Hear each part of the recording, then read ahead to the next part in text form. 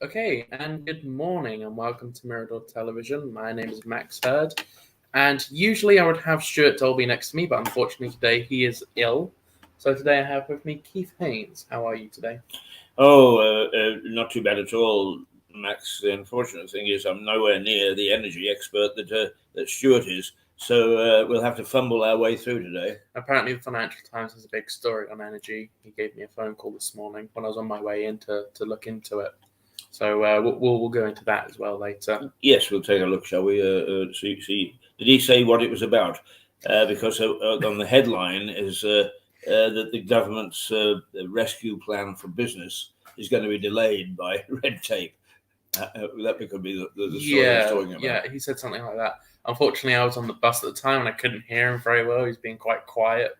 So, yeah, that is the story he's talking about. I'm glad that's the front page one. So we've got that. So we're going to go straight into the headlines this morning then. Almost all the headlines this morning are the same. So we have here from the Daily Mirror, led home by lights of love. Crowds gather in honor of the Queen, arrives for the last night at the palace. So she's back home for the last time. Is she in Westminster? Where is she now? I think she goes today to Westminster Hall, where she's going to lie in state. Yeah. Oh, and you can see led by the light. This is what they were talking about. They have people holding their phone torches on and as vigils. Yeah, so nice. I mean, I suppose really one of the things that strikes me about TV is you quite often, even a concert or whatever, because people are taking pictures, is you see this cacophony of light that comes from the phone cameras, and obviously, I think those are. You're right. I think perhaps what they've done is they put the light on permanently for her coming home, making a blaze of light in front of the palace.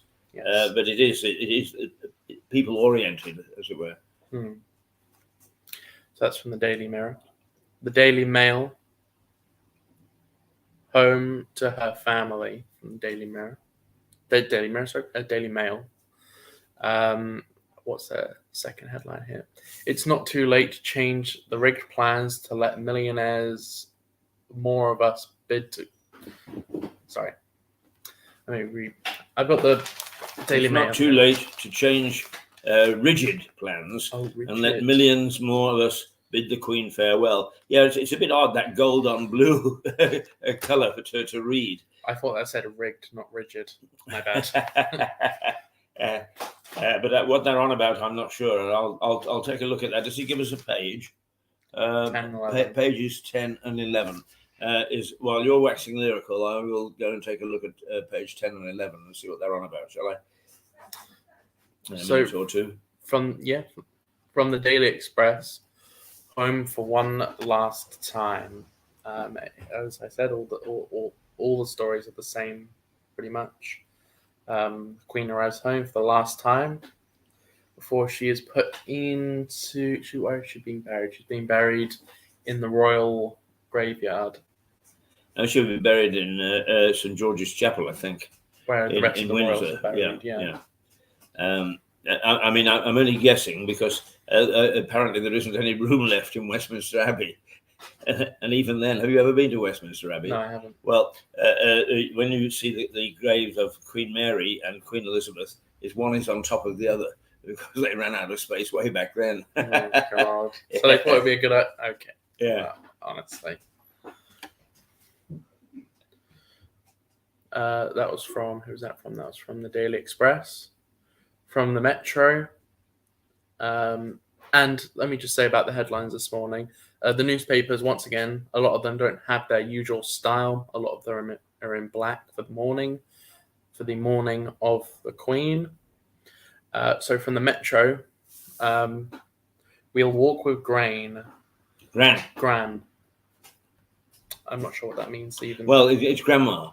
Gran. What the reference is that the boys will walk behind the coffin on the day of the funeral, I believe.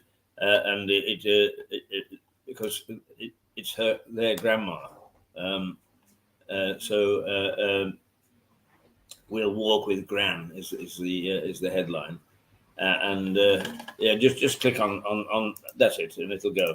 It's not going. Well, we're still live. I don't know why that's gone up. It's because it's down here for some reason, and I have no idea why. But you should be able to get rid of it easily enough. I'll figure that out in a minute. Right, It's okay. not a big deal.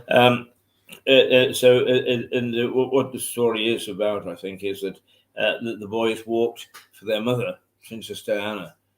So it's a deja vu for them. Is that they'll actually walk with the coffin when it's on its final resting place. Yeah, that's annoying, isn't it? Yeah, we have something that's popped up on our screen and it will not go away. So, I think perhaps the picture isn't so hot this morning. That looks as if I've not seen this technical issue before. The internet is. So sorry about that. We'll continue on because we're still live. It's just blocking the screen. Yeah. Anyway, which paper was that again? The Metro. We'll walk with Gran. That's what that story is about. Yeah. Yeah. Are they not going to? Who carries the coffin? Is that? It'll be in a hearse, I would imagine. Well, it won't. It'll be on a gun carriage. But who carries the coffin there? Who carries a coffin? From they normally would have an honor guard of soldiers who will take it from where it is in the hall to go through the streets. I think what normal procedure is that it goes on a gun carriage, and the gun carriage will carry it to Westminster Abbey. Right. Okay. So not the family then? Well, the family wouldn't carry it. They will be in close proximity. In fact, the previous story, We'll Walk with Gran, is that they're going to walk behind it. But you're a bit too young to have remembered the scene for Diana's funeral, and it'll be almost exactly the same. The gun carriage will carry the coffin, drag it on a gun carriage is the bit that carries an artillery piece in war, and that's very annoying, isn't it? It is very annoying. Yeah. Sorry, we're getting distracted by this thing that's blocking the screen. Yeah. And the royal family either follow in carriages, or they get. In this particular case, some of them will walk, but I think that it's the two princes who are going to walk. Whether Charles will, or whether he'll be in a state coach or whatever, I don't know. I don't know that the exact details of the funeral have been made clear to us yet, So anyone can just sort of go up to the coffin and no, you'll have barriers first of all. And you'll have a lot of security along the way. Yeah. So nobody can spill over. In theory, nobody can spill over in the streets. There's always somebody that tries. But did you see the guy that got beaten up by the police in Scotland because he was screaming as the Queen went by, as the motorcade went by, at Prince Andrew, screaming and calling him a nonce. And what did the police do? Dragged him and sort of came and roughed him up a little bit. This is one of the controversial bits that you would like me to talk about in a little while once you've gone through the papers. Is about the arrest of people who have been yelling that they prefer Republicans and they're not terribly keen on the Queen or King Charles or whatever. No. But we can have a little chat about that because to me it's a schizophrenic situation. I am a strong believer in a constitutional monarchy, as you know. By the same token, it does not give government the right to start to impinge upon our freedoms, which are very, very precious in any democracy. freedoms are precious. And it does seem as if the police are beginning to get a bit heavy-handed with people that simply do not agree with the monarchy or what's happening at the moment. I don't agree with them at all. And in fact, I think some of them are very mean-spirited, and I see no reason for bad language and so on. But by the same token, if they wish to object, then they can object and not be thrown into prison for it. Yeah, I agree with you. I don't particularly like the monarchy. I would never have. I have great respect for the Queen herself.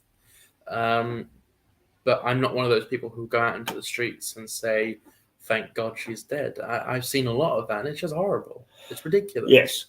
I mean, I do find personally this overflowing of,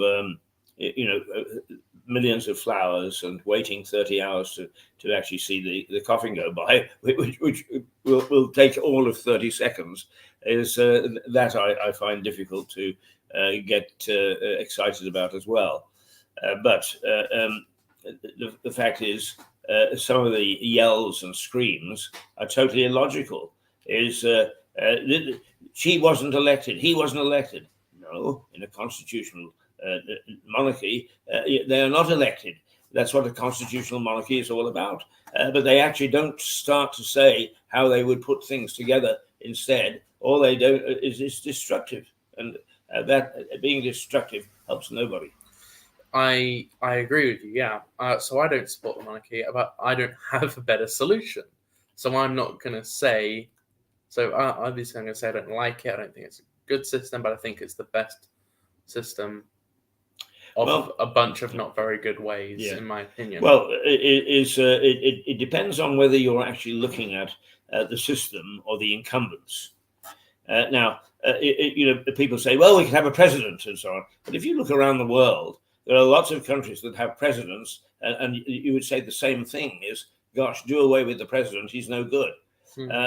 So what you have to decide is, are you happy with the constitutional monarchy, which is still a very democratic form of government?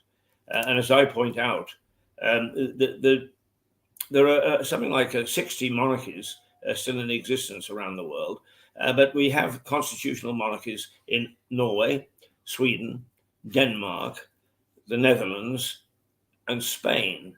And then Spain as well. Yes, Spain, right. And Monaco, where it isn't a monarch as such, but the well, a monarch with absolute power is a terrible system.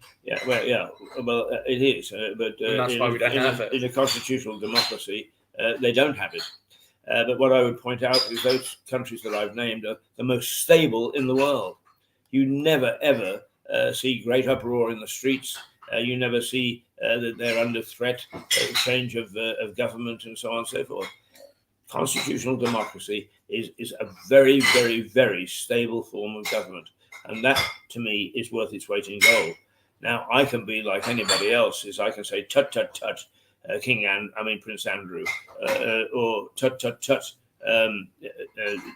some other member of the royal family who was kicked up and well, I think there's a bit more of a tut, tut, tut for Prince Andrew. Well, maybe, but all I'm pointing out is that just because the incumbent is playing silly buggers doesn't mean that the system is wrong. And I defy you to name me any system anywhere in the world where the system and the people that are in it aren't the reason for either a stable government or a not stable government. If you've got a presidential system, you can have a bad president. And the only argument there is that after 4 years, you can get rid of him. Sometimes. Well, you can have that same argument for what if you have a bad monarch? Yes, you can. I mean, the fact of the matter is there was some suggestion when Charles was playing silly buggers that the monarchy should go directly from Queen Elizabeth on her death, which we're facing at the moment, straight down to William. But the hereditary rules say, no, you can't do that. So as a consequence, we have to live with it. But now, listen, how fickle people can be.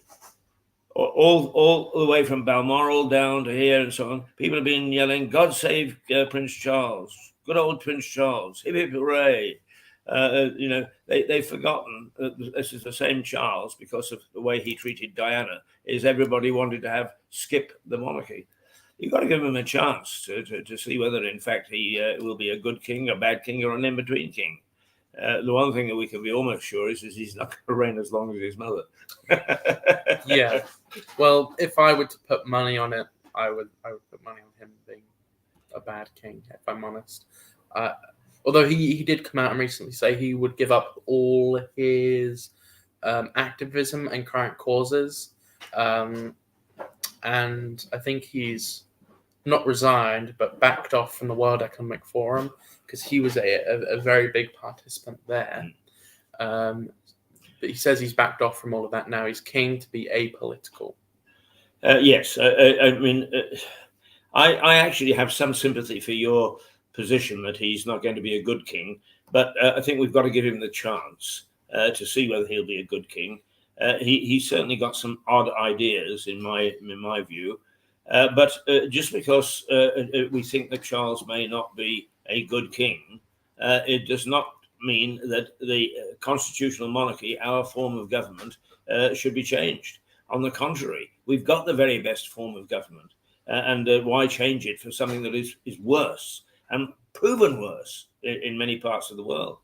You know, this whole idea of a president it's all very well, but even in the United States, which is a relatively stable country, they're having problems with the presidency. So are you telling me, oh, let's switch over to having a presidency? And not only that, but an elected president. There is nothing worse. You know what's to happen, don't you? Is he a conservative president, or is he a liberal president, or is he a Labour president? I don't want that as the head of state. I want something to be neutral and to actually be the guiding figure, almost the chairman of what's going on. Yeah, I know, but people like Charles and Harry, obviously for Charles at least, before he was king, we all knew his politics. Whereas the Queen, we don't know what she thought. We didn't know what her politics were. We could make a good guess. Well, because she was a good monarch. She was a good monarch, yeah. But even if she hadn't have been, it wouldn't have made any difference to the system of a constitutional monarchy. As I say, some of the most stable regimes in the world are constitutional monarchies, and they actually have embraced that. And I think that it would be daft of us to say, oh, look at Sweden, look at Norway, look at Denmark, look at the Netherlands, look at Spain. They're all successful constitutional monarchies. So what are we going to do? We're going to change to a presidency. Look at all the presidents around the world that have been so bad for their country, not least of which is one of them is busy invading Ukraine. Well, yeah. Right. You can disagree with me. Yeah, no, I do, yeah. But I just don't have much hope left. I think the Queen was the end of an era. I think this is similar with most families and similar with an experience I had. But once my grandma passed away, she was the one holding a family together. Right. Everyone was together because of my grandma. Right. And then she passed away, and then everyone sort of split. The family got fractured. But that was your family's fault, wasn't it? Hang on. Not hang on. And this is representative of a lot of families. A lot of that same thing happens. You stay together because of nan and granddad or great-grandparents. I think this is the same. This is obviously anecdotal, but I think this is going to be the same with the Queen. I think the Queen united everyone. I think she was a very good monarch. And now she's gone, I think we will start to see this as the definitive point of the end of the era. Well, you may be right, but does that mean that you're going to change the system? Just because you're going to get people in the incumbent not as good as the last one, do you change the system? I mean, actually, if you want to make analogies, let's look at big business. You get a chairman and you get a chief executive. who are either good, bad, or indifferent. But when you actually change the chief executive or you change the chairman, you don't change the system.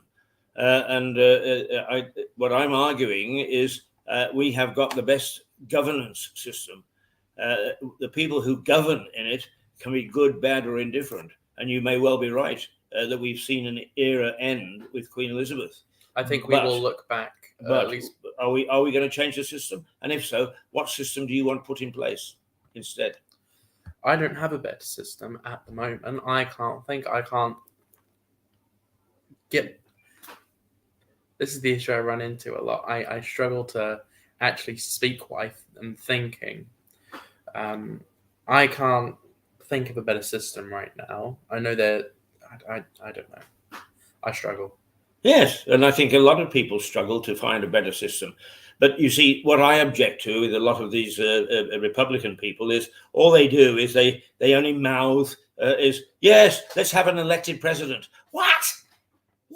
An elected president?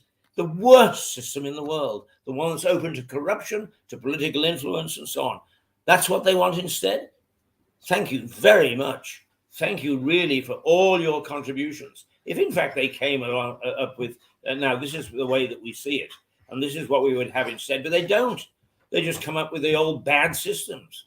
What's the difference between an elected president and actually a corrupt king? No, not a lot. Well, one you can get rid of easier than the other. Well, you can, but do you want to?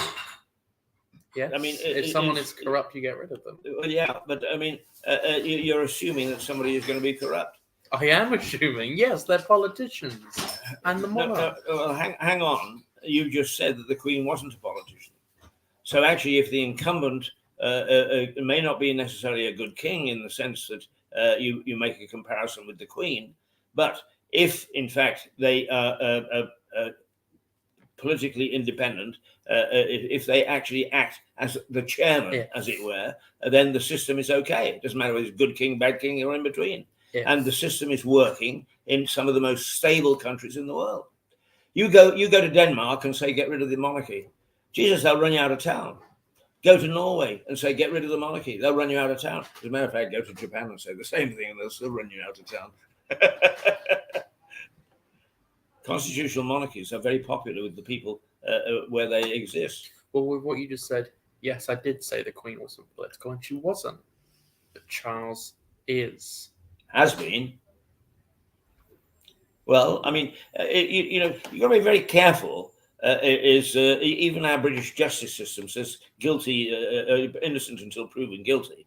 If he says he's going to change from what he was to try and be like his mother, we've got to give him the chance. If in fact it turns out that he doesn't, then indeed it can come under the spotlight. I'll be damned if I can see changing the system, particularly to republicanism. Republics are the worst form of government.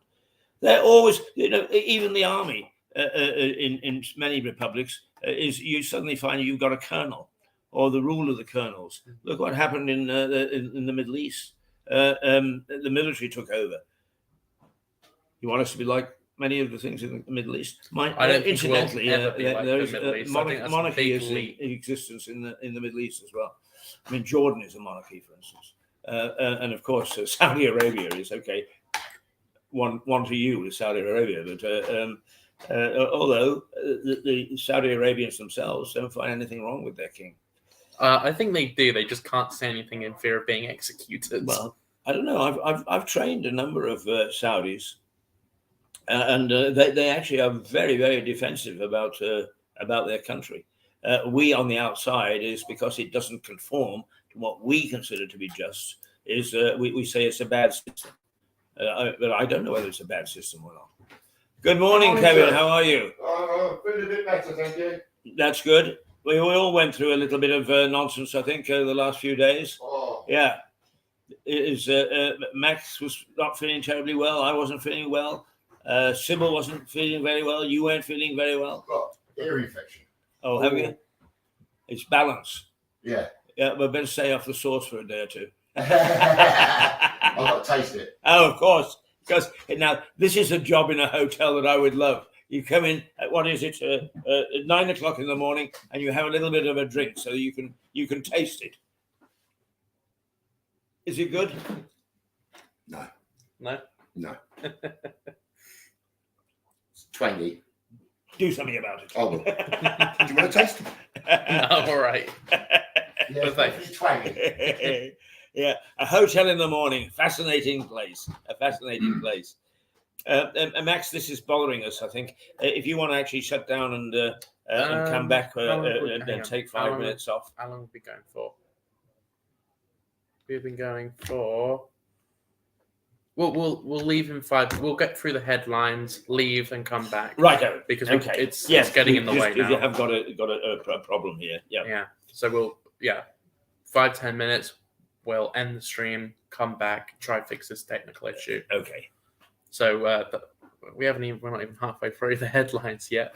So we have next here from the Times, the last night at the palace. She will be leaving to go to her final resting place, just before her final resting place tomorrow afternoon. Today. Today. I think she leaves today to go to Westminster Hall. Right. She was there in Buckingham Palace overnight. Right. But then I think when she leaves today will be the last time that she comes out of the Buckingham Palace. So last night at the palace is what the Times is saying. And as of today, she goes to various places before final resting place. The Eye special edition. The Queen returns home is the headline here. They have some other sub-headlines. She returns to Buckingham Palace for her final time, where her grandchildren meet her. Crowds line the roadside as her coffin travels through London, with many cheering. Her daughter, Princess Anne, says she has been an honor to. It has been an honor to accompany her this week, adding, "We may have been reminded how much we took her for granted." And then the last sub-headline from The Independent. Charles III's staff were giving redundancy notes during the church service of his mother. That's interesting. Yeah, sounds a bit heavy-handed, doesn't it? Yeah. Okay, I mean, perhaps that's suggesting to you the alert that you're trying to give, and that is you don't think that he's going to change his spots. May well be right. Maybe. From the Sun, special edition as well. They have a purple background instead of the red. Welcome home, ma'am. Again, for her final resting place. From the Guardian, they also have the same picture, but they have a different headline, actually. Johnson's junk food rules under threat as Truss targets red tape. Whilst I think her targeting red tape is a good thing, I'm not sure targeting this specific one is the first choice I would go after. But it's a start of cutting red tape. Yeah, I mean, I'm split on this. The less red tape, the better. And in fact, broadly, experience shows is that the less the state interferes in business, is the wealthier and happier, economically anyway, the country is. So getting rid of red tape. But I think that what this headline is saying is that in getting rid of the red tape, it's going to actually dump what Boris Johnson brought in to try and get the nation less corpulent. How politically correct I was there, less corpulent. We're bloody fat. And actually, strangely enough, it's people can say, "Oh, Keith, how dare you say things like that?" Well, I dare, because my surgery surprised me when I went in for an MOT a couple of years ago, and she took my height, my weight, etc., etc., and I wouldn't consider myself to be fat. And she said, "Of course, you're obese." What? I broke all the rules and all the guidelines and all the criteria. I was obese. I was fat. In other words, you're fat, and God bless you, you're doing something about it, which is terrific. But I think that basically a lot of people cannot stop having junk food. It's so easy to get. It's very addictive. The sugar, people don't really realize this, but sugar is very addictive.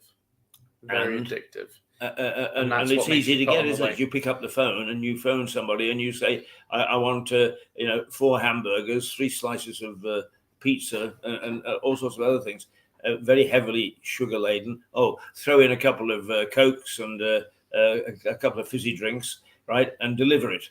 We don't have to leave home and we eat all this stuff. Yeah. And we got this junk food. And I think that Boris was trying to stop us from getting into, get us out of that sort of habit. Yeah. So we started to think about what we were eating. Well, they put a lot of taxes on it as well. I mean, even now I could run and be back in 60 seconds to buy the most sugary, one of the sugar-filled drinks you can get. Monster Energy. I could run there and be back in 60 seconds. Taste that one. Oh, right. Okay, here we go. The delights of broadcasting from a hotel. Kevin has got me as chief taster this morning. That one all right? Oh, hang on, I've got to test it. Yeah, finish it. No, I'm glad that one's all right.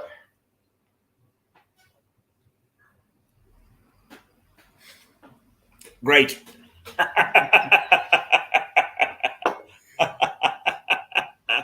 Oh, I love being Kevin's assistant. It's got all sorts of perks. Don't tell the boss. Oh, you're on TV.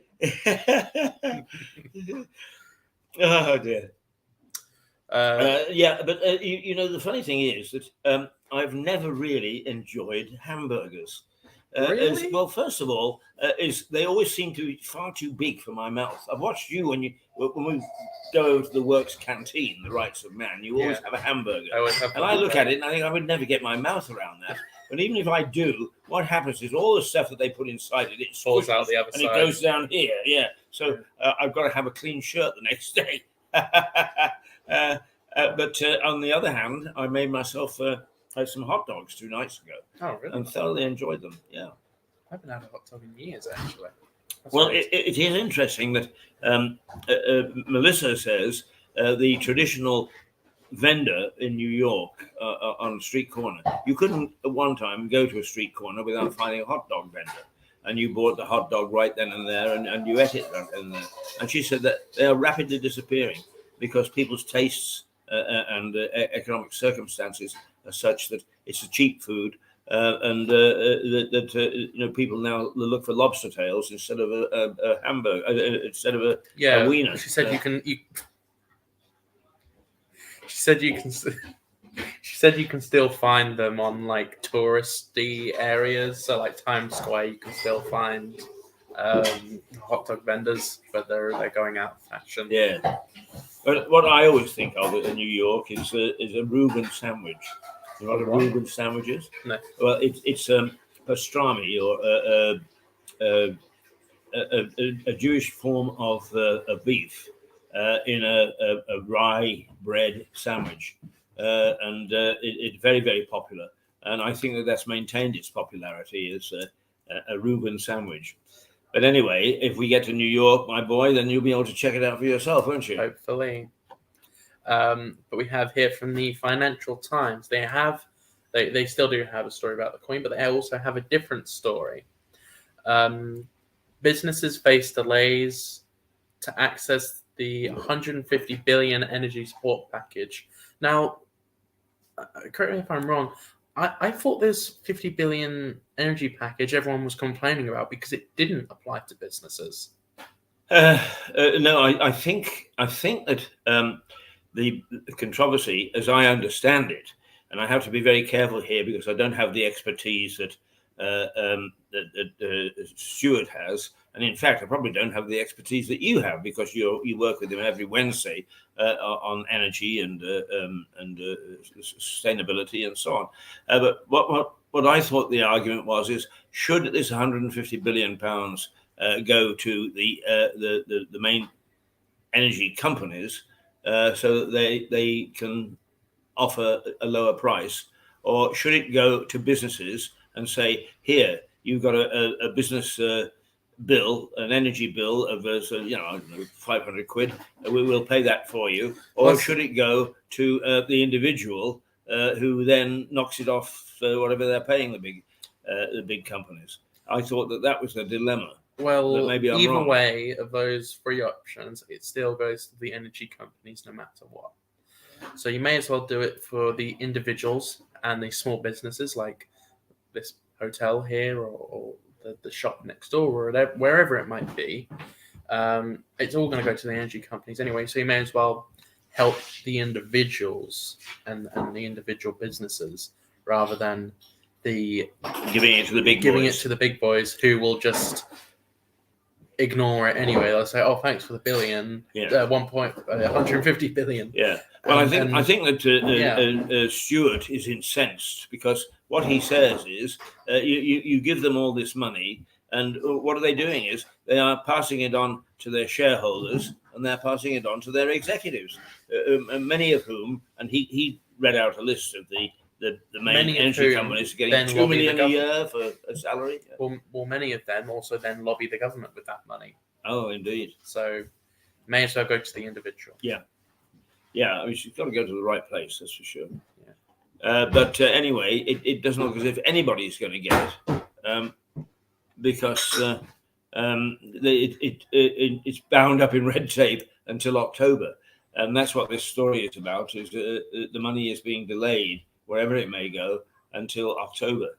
And I have to say, if reform is needed, it's in Whitehall. The civil service is no longer fit for purpose. And you keep on hearing politicians say this, but none of them are ever able to effect reform. And of course, it's yes, Minister. Sir Humphrey knows how to handle the politicians. Well, there is one party I will most likely be voting for, Reform UK, run by Lawrence Fox. Very nice, interesting guy. Lawrence Fox is a very good guy. I would love to meet him personally. I think I may have the opportunity next year or later this year to meet him. But I'll most likely be voting for him. Yeah. Which party is that? Reform UK. That's his own independent party, and right. it's gaining quite a bit of traction. It's getting quite. I don't know much about him. I shall, as you've now alerted me, I shall take some time to read up on him and see. I think that reform and anybody leading reform is to be applauded. The only thing is that quite often people create these parties and give a name to it. It's like the Greens. They are anything but. They are just now political, the same as anybody else. Yeah. Some of their daft ideas have been ditched, and they just go after power. And God, did they have some daft ideas? Yeah, exactly. All right. I think we've only got a couple more headlines. Okay, the last one here. Oh, the Daily Star. Lovely. They haven't let me down today. Ignore what's going on in the world entirely, and look outside the box, I guess. Yes. Do you want to read this one? Well, you got a picture of Flash Gordon, and it says, "Flash, I love you, but we only have 219,000 days to save the Earth." I think seriously, well, not seriously, but if you read the bits that support this headline, is that they're saying that in the next 25 years we will have actually made contact with, or we'll have discovered aliens. I'm never sure how. Let's face it. The Star does have journalists, and they focus on these sort of things, little green men, and they've obviously got a good contacts in the science world, and those people who look into aliens and so on and so forth. Whether they know something that we don't to make this sort of prediction, I have no idea. Oh, I know something that most people don't. You what? I know a few things about this topic. Right. But Are we likely to see little green men then in the near future? yes. We are. Yeah. Right. But I don't like talking about it too often because people just think, "Oh, you are a wacky person. This is completely ridiculous." So a lot of the time, I just Don't be say put anything. off. Don't be put off. Listen, my I've always been ahead of my time. My ideas about television and where it should go is I've been ridiculed, and people have said, "How stupid can you be?" etc., etc. And within 5 years, they've been implemented. So don't back down from your thoughts and ideas, no matter how ridiculous they are. Believe me, you'll have my support for thinking the wildest things, and that's where some of our greatest ideas come from. Okay. Look at what was it? Michelangelo is predicted the airplane. 500 years ago. Oh, Leonardo da Vinci. But he actually built an early helicopter. Yes. He had an early film of a helicopter that was pedals. Didn't work. Well, no, actually, the big problem with using things, pedaling and so on, is that our human body runs out of energy very, very quickly. Yeah, especially in sustainable flight, you need energy that's constant. Yeah, you can't be pedaling like 500 No, feet in we the can't. sky. But if you're like you run out of energy and you have to take a break, it's a permanent break, is what it is. So that's all the headlines. We don't usually do this, but how long are we in now? We are in 52 minutes. We've been going for. What is the time? 12 past 9. 12 minutes so past 9, what we're going to do is we're going to end the show here. We don't usually do this, but we have a technical issue which I still haven't been able to fix, and it's been on the screen for about half an hour now. I've never had this issue before. Have you? No. No. Well, we're going to try to fix it. But thank you very much for watching. We will be back, hopefully within the next 10 minutes. We'll be back as soon as possible, no later than 10 minutes. So thank you very much for watching this first half of the show, and we will see you very, very soon.